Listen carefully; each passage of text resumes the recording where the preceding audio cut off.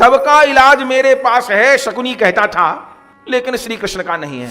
तो शकुनी क्या कहा करता था कि इस पूरी दुनिया में 1.5 रुपया बुद्धि है। कहता था उस 1.5 रुपया में 1 रुपया तो मेरे पास है। पहुंच गया बलराम जी के पास, कभी उनको ठंडाई पिलावे, कभी उनकी मालिश करे, कभी उनका घुटना दबावे, कभी बलराम जी भोले देवता हैं।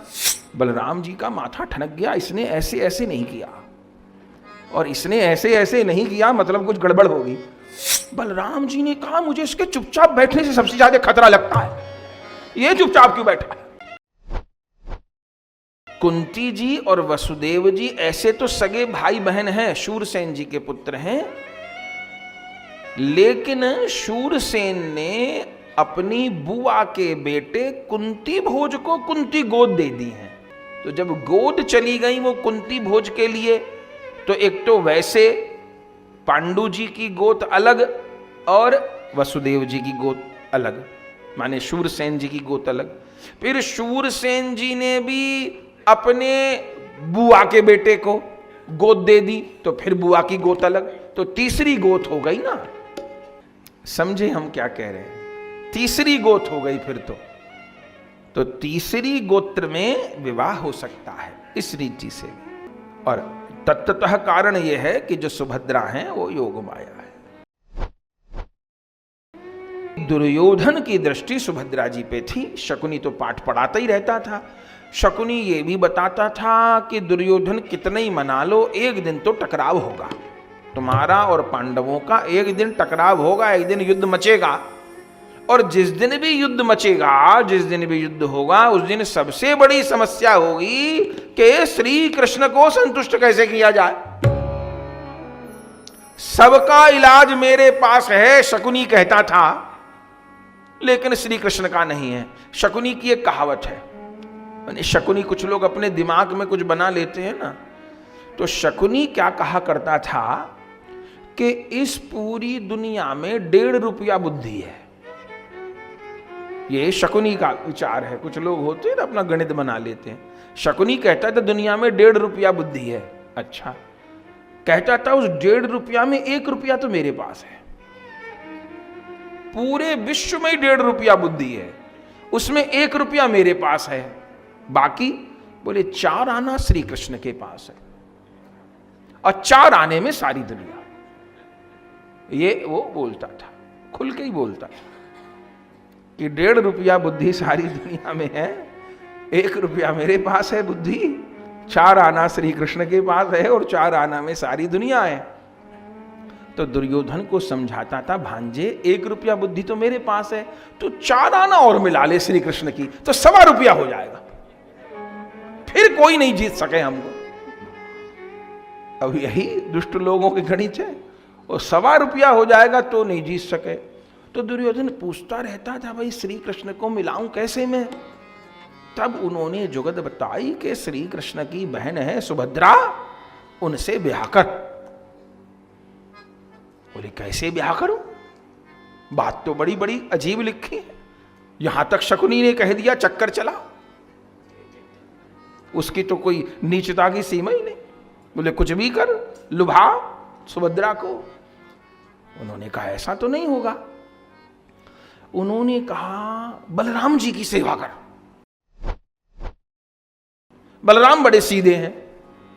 पहुंच गया बलराम जी के पास, कभी उनको ठंडाई पिलावे, कभी उनकी मालिश करे, कभी उनका घुटना दबावे, कभी बलराम जी भोले देवता हैं, बहुत सेवा की। बोले क्या बात है? बोले गुरु जी मुझे गदा युद्ध सीखना है आपसे। बलराम जी ने कहा कि तो द्रोणाचार्य जी वो तो ठीक हैं, पर गुरु द्रोणाचार्य जी धनुष के विशेषज्ञ हैं, सिखाया तो सब कुछ, पर कोई कोई अध्यापक किसी चीज का विशेषज्ञ होता है, तो वो धनुष के विशेषज्ञ हैं। और उन्होंने कह दिया कि अर्जुन सर्वश्रेष्ठ धनुर्धर है, तो आपका भी तो शिष्य सर्वश्रेष्ठ होना कोई गदा में।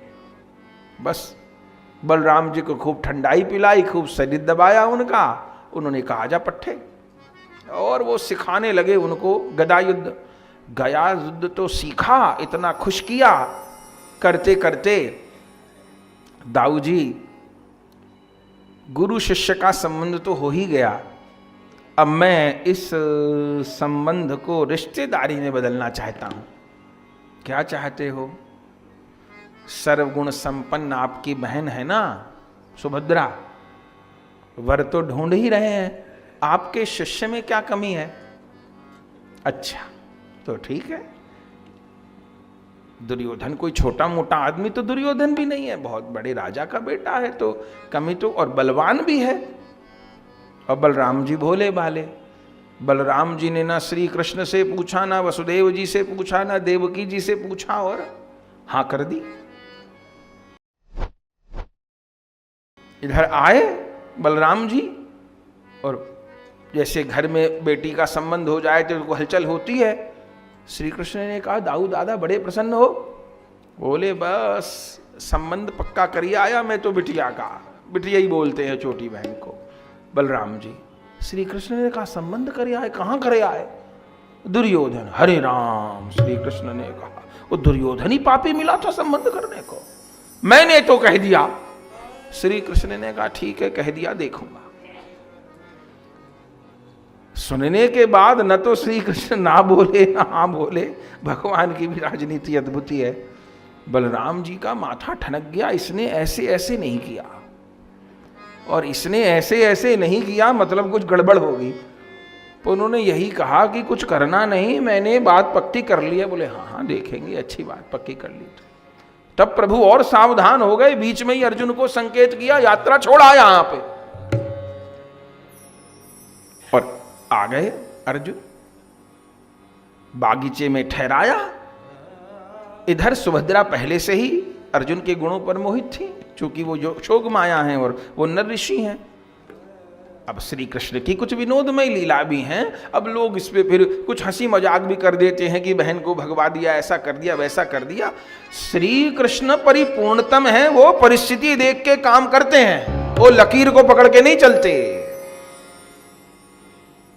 उनको कौरवों का विनाश करवाना है, पांडवों की विजय करवानी है, जैसे होगी वैसे कराएंगे। बात ये थी ना। अटल बिहारी वाजपेयी जी और मोदी जी में अंतर क्या है? अच्छे अटल बिहारी वाजपेयी जी भी थे, लेकिन सीधे थे, उतनी चिकड़म उनको नहीं आती थी।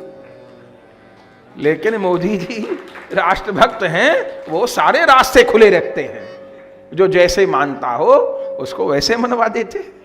ये अंतर। अच्छे तो वो भी थे, लेकिन क्या हुआ कारगिल में सब लोग जानते हैं। तो श्री कृष्ण सारे दरवाजे खोल के रखते हैं। तो अर्जुन को बुलवाया, उधर अर्जुन को सावधान किया, उधर सुभद्रा को सावधान किया। बात इसलिए खोल के कह रहे हैं कि माथे के दरवाजे खुले रहें। भारतवर्ष में जो पहले ब्याह होते थे वो केवल लड़की खूबसूरत लड़का खूबसूरत इस दृष्टि से ही नहीं होते थे। दो राज्य को मिलाना है, संतान का कैसा जन्म होगा, दो राज्य मिलेंगे तो ताकत बढ़ेगी, एक से लोगों का आपस में जुड़ाव हो, बहुत चीजों को देख के ब्याह होते थे। केवल ये नहीं कि चमड़ी सुंदर है, केवल इतने पे ब्याह नहीं होते थे, बहुत कुछ सोच के ब्याह होते थे। कह दिया, अर्जुन को भी समझा दिया। बगीचे में ठहरे हैं, सुभद्रा गई, और देखिए प्रभु की कारीगरी।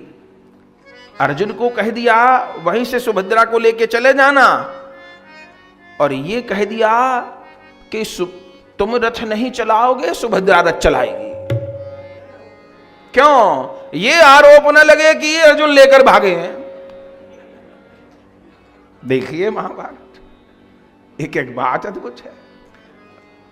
रथ चलाना आता है सुभद्रा देवी को, पर पहले कह दिया अर्जुन तुम रथ नहीं चलाना, क्योंकि मुझे तो यहां संभालना होगा। दाऊ दादा तो हल मुसल लेके खड़े हो जाएंगे लड़ने मरने को, उन्हें ठंडा कैसे करूंगा। पहले ही सबरी व्यवस्था बना ली, तुम रथ नहीं चलाना, सुभद्रा चलाएगी। बगीचे में मिलवा दिया, संकेत कर दिया, अर्जुन लेकर के भागे। अर्जुन को पीछे बैठा दिया, सुभद्रा रथ चलाने लगी। सेवकों ने हल्ला कर दिया, वो कोई सन्यासी आया था, हमारी राजकुमारी सुभद्रा कोई ले भागा। सब लोग भागे। दाऊ दादा को पता चला, अरे कौन सन्यासी आया था, हमारी उसको ही लेके भाग गया। हमारी राजकुमारी को सन्यासी लेके कैसे भाग गया? इधर देखे उधर देखे। अब दाऊ जी ने हल्ला मचाना शुरू किया। अब दाऊ जी हल्ला मचाए, सारे यदुवंशी खड़े हो गए तलवार ले लेके, पर श्री कृष्ण आराम से बैठे रहे। दाऊ जी ने इतना हल्ला मचा दिया, सब भाला तीर तलवार माने पूरी युद्ध की भेरी बज गई। श्री कृष्ण चुप बैठे रहे। सबों ने कहा चलो दाऊ जी, युद्ध के लिए तैयारी, अब चले, घेरे उसको मारे। बोले कि ये क्यों नहीं चल रहे? यादवों ने कहा कि नहीं चल रहे तो बैठे हैं, चुपचाप बैठे ही रहने दो। बलराम जी ने कहा मुझे इसके चुपचाप बैठने से सबसे ज्यादा खतरा लगता है, ये चुपचाप क्यों बैठा है? अब उनके तो छोटे भाई हैं, वो कुछ भी बोल सकते। बोले ये गुस्से में क्यों नहीं आया? मेरी बहन थोड़ी, इसी की बहन है, इसी क्यों नहीं सुन करके लग रहा कि कोई सन्यासी लेके भाग गया तो भाई एकदम गुस्से में आएगा ना, ये चुपचाप क्यों बैठा है? श्री कृष्ण ने कहा कोई बात नहीं। जाके बोले कोई बात नहीं, तू बता, तू क्यों नहीं उठने को तैयार? बोले इतने सब लोग सेना लेके जा रहे हैं, मेरी क्या जरूरत है? बोले बिल्कुल तेरी जरूरत है, बता। तब भगवान ने कहा दाऊ दादा ये पता करो कि कैसे क्या गए हैं, कैसे गए हैं दोनों। तो बोले कैसे गए हैं? वो सन्यासी लेके भाग गया हमारी बहन को। बोले पहले वो बगीचे के जो अपने रक्षक हैं, सेवक हैं, माली हैं, उनको बुलाओ। सबको बुलाया। बोले सब बताओ। बोले ऐसे ऐसे हुआ। भगवान ने कहा रथ कौन चला रहा था? बोले रथ तो देवी सुभद्रा चला रही थी। बलराम जी ने कहा हद हो गई, सन्यासी लेके सुभद्रा को भागा है कि सुभद्रा सन्यासी को लेके भागी? बात बड़ी हंसी की हो गई। श्री कृष्ण ने कहा तभी तो मैं चुप हूं, गलती अपनी तरफ से भी है। यदि वो लेके भागा था तो सुभद्रा रथ क्यों चलाती? बहन सुभद्रा रथ चला रही थी, सुभद्रा चला रही थी। अरे हमारी बहन तो बड़ी भोली गुड़िया है, वो रथ क्यों चलाएगी? अरे भैया तू साफ साफ बता बात क्या है। तब भगवान ने कहा वो जो सन्यासी है वो सन्यासी नहीं है, वह अर्जुन है, अर्जुन है। तो अर्जुन आया था तो तुमने बताया क्यों नहीं? भगवान ने कहा बता के क्या होता, आप तो दुर्योधन से रिश्ता पक्का कर चुके थे। बोले तो फिर? बोले फिर तो फिर नहीं फुर रहा, फिर नहीं फुर। आखिर में समझा। श्री कृष्ण की लीला अपने आप में अद्भुत ही है। आखिर में फिर गुस्सा भी शांत कर दिया, और कहाँ तो युद्ध की भेरी बज रही थी, शांत कर दिया। फिर आखिर में बलराम जी ने कहा भैया एक बहन है, उसको रथ में बिठाकर फरार कर दिया, भैया बुला लाओ, ब्याह तो कर दे ढंग से। एक बहन है, ऐसे विदा करेंगे क्या? कन्या दान करेंगे, अच्छे से दान दहेज देंगे, हम लोग कोई गरीब है कि ऐसे बहन को विदा कर देंगे?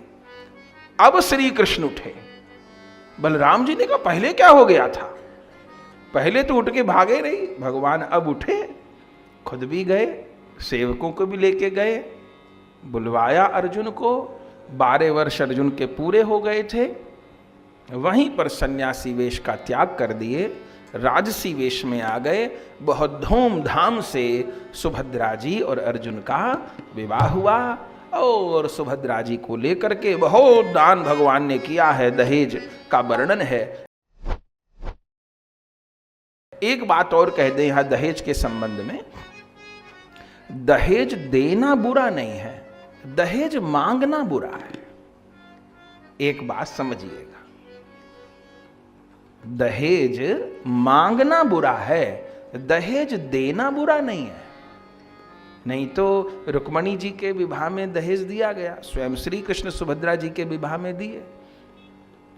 क्योंकि हमारे यहां 2 शब्द हैं, दान और दक्षिणा। अब जैसे ब्राह्मण को हमने धोती कुर्ता दान किया, तो वस्त्र यदि दिया तो उस पे फिर लिफाफा भी रखेंगे। क्यों? क्योंकि दान के साथ में दक्षिणा होगी। पंडित जी को भोजन कराया, मीठे का डब्बा दिया, तो वो जो मिठाई आपने दी वो तो हुआ दान। अब उसके ऊपर राशि भी रखिए जो आपको रखनी है, 1 रुपया रखिए, लेकिन वो हुई दक्षिणा। तो दान के साथ में दक्षिणा अनिवार्य है। तो जब हम ब्राह्मण को एक धोती भी देते हैं तो उस पर राशि रख के देते हैं, तो हमारे यहाँ तो कन्या का दान होता है, तो दक्षिणा नहीं देंगे क्या बेटी के साथ में? तो बेटी को जो हम लोग वस्त्र देते हैं, आभूषण देते हैं, जिसकी जो सामर्थ्य है वो पिता करता ही है, तो वो बुरा नहीं है। बुरा क्या है? दहेज मांगना बुरा है, देना बुरा नहीं है। बात को समझिएगा।